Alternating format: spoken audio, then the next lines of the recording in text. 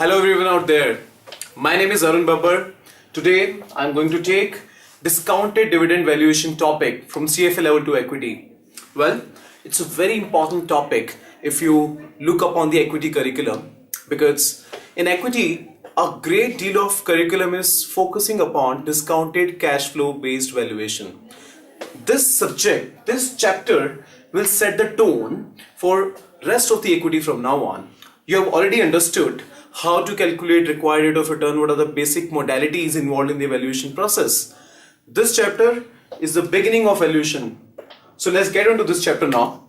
Okay, well, the very basic question which comes to my mind when I talk about this process of valuation is, what is dividend? Okay, so to explain that, I would like to tell you a small story. Every business in this world wants to generate some net profit. There are two things they could do with this net profit. Either they could retain that or they could distribute that. Okay, so why do they retain some of their net profits? Because they want to fund the future expansion. I'm sure you already know that. And the portion of net profit which is retained by them is denoted using this term B for Berkshire. So B is the term which is used to show how much percentage of total net profit is being retained. How much is distributed? It simply is considered, it is termed as dividends. So what are dividends? Dividends are the rewards to the common equity shareholders for providing capital to the firm. So apart from capital appreciation, business from its side could provide some dividends. Dividend is the regular cash flow received by the common equity shareholders. Okay, so we know what is dividend now. The entire chapter is going to be based upon this. Why is this going to form a basis of valuation? It's a very simple reason. We often say that one bird in the hand is better than two birds in the bushes. Okay, dividend is that amount which the investors are receiving. It's a statement of benefit for the retail investors. So it is rightly considered as a basis of valuation. Okay, let's talk about discounted cash flow based valuation now.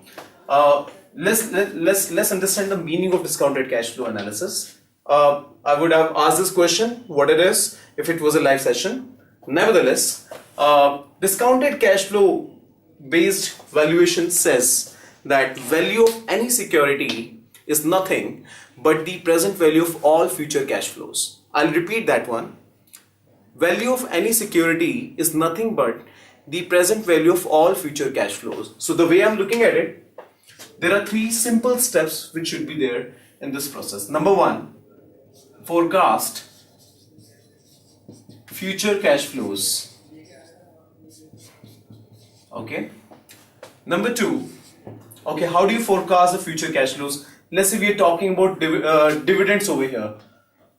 Of course, we are talking about dividends. So how do you forecast it? Let's say you know the dividend of present and you want to forecast it to some future date. So you will use the projected growth rate to do that. So this is how you're going to do that. The present dividend is compounded at the assumed growth rate for that particular year T to find out the forecasted dividend. Similar process you will run for all the years in your forecasting horizon. That's how you forecast future dividends. Okay, let's move on from there. Let's come on to the next step now. Once you got the future cash flows, to be able to operate them further, you need to convert them into present value. So you discount the future cash flow back to present. Okay, and how do you do that? You need to have a discounting rate to be able to do that. Now the discount rate, what it is? I would have asked this question certainly if it was a live session, but let me tell you, discount rate is something that reflects the risk involved in the cash flows. If the cash flows are risky, then discount rate should be high. If the cash flow is not so risky, discount rate should be low. Okay, so discount, I'll repeat, discount rate is reflection of riskiness in the cash flows. Okay. So let's and you've already seen some ways of doing that. To calculate discount rate in the previous chapters you've seen, use CAPM, you use Pharma French, so on and so forth. You could have a lot of ways of doing that now. You learned that in level 2 already. So how do you do that? So let's say you have the forecasted dividend. Now it becomes D naught into 1 plus G raised to power T. This is the forecasted cash flow. You discount it back to present. You divide it by 1 plus R raised to power T. Okay, so you just discount it. This back to present. Now let's discuss what is the third step. Since there is a little space on the board, I'm gonna rub that heading and use it. Okay, so now the next step would be to sum up all present values. That means whatever present values you got in this process, add them all together. So may I just add this symbol of summation over here? This tells you how much should be the intrinsic value of a security using using discounted dividend models. This is how you do that. So we are going to learn a little more about this process from now on. Okay. Well, I would first of all like to tell you the discounted cash flow valuation can be done using 3 different kind of cash flows. We have been talking about dividends of late, but let me tell you, this is not the only way. There are more ways of doing that. It includes future cash flow. It includes residual income as well. I'm sure you have heard of free cash flows. You might not have heard of residual income as much. Dividends we already talked about. We'll touch it later. What are free cash flows? In a very simple way, I would like to tell you, free cash flow is a cash generated by a business during its operations in a year, which is available to be distributed. Now, what do you mean by that? See, business generates cash in a year using sales, using its employees, it produces, it sells, it does a lot of things. So the cash which is generated, out of that it has to pay off some operating expenses, it has to invest into working capital, it has to invest into fixed capital. So whatever remains, the surplus that remains, the residual, is known as free cash flow. There are 2 versions of it, free cash flow to the firm and free cash flow to equity. I'll talk about these 2 terms in the next chapter. We are not going to get into details of it. I will not even get into the details of residual income because it's a chapter that belongs to dividends. I'll just give you a brief overview of it. Residual income is basically the economic earnings. It's the excess earning generated by a firm relative to what was required to be generated. Okay, what do you mean by that? Let's say you invest into a company that gives you an earning per share of, let's say, $14. This is the actual. Let me write ACT, it's actual. But because this firm is risky, you would have been compensated enough even if it was $12. So $12 would have been the benchmark. But this company actually generated an EPS of $14 for you. That means residual income in simple words over here is $2. Although we'll talk about details of it later on. How do you calculate the benchmark, so on and so forth. We'll talk about it in the future. Let me move on from here and let me just talk about dividends in more details because this chapter belongs to dividends only.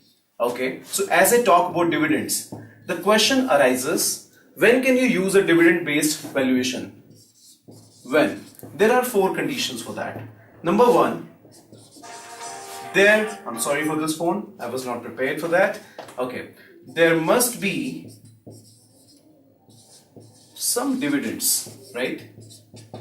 Well, it's pretty funny to say that you're going to do dividend based valuation for a company which is not giving you dividends. I don't think that makes any sense. Okay, so only for companies giving dividends, it makes sense to deploy dividend discount, dividend based valuation models. Okay. Number 2,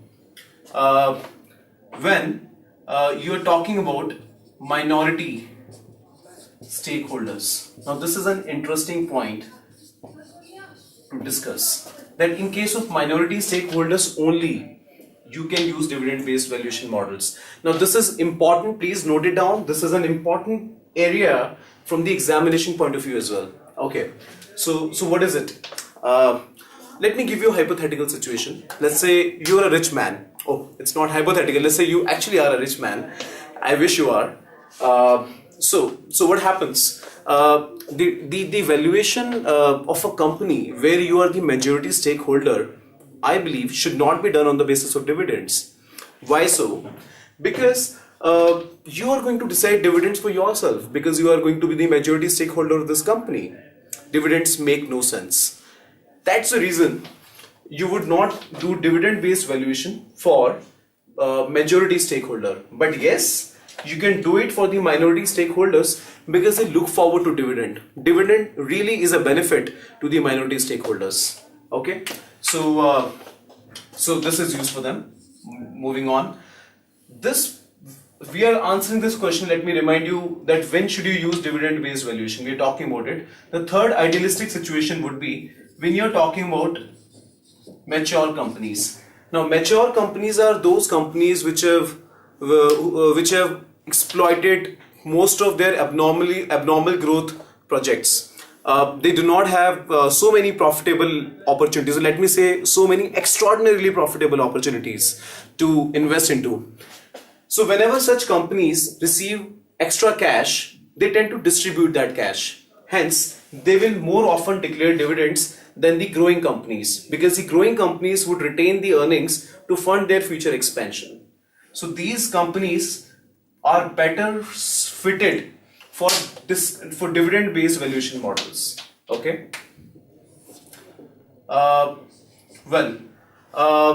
When you're talking about dividends, there's another very important parameter over there. Dividends must be consistent with earnings of a company. I'm writing this word EPS as a short form.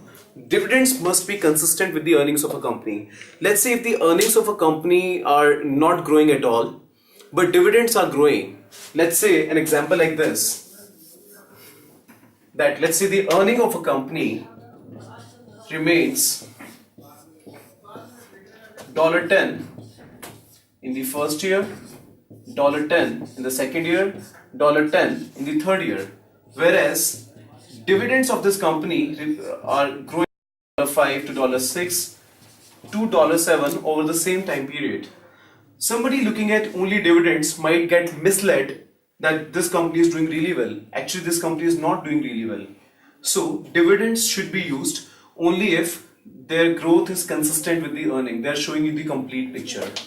So this was the fourth point. Okay. So let me remind you what all we have done so far. We have so far discussed why dividend. We talked about discounted cash flow process using dividends. Then we talked about other measures of valuation, such as residual income and free cash flow. Other measures, this is also done. And we just talked about when to use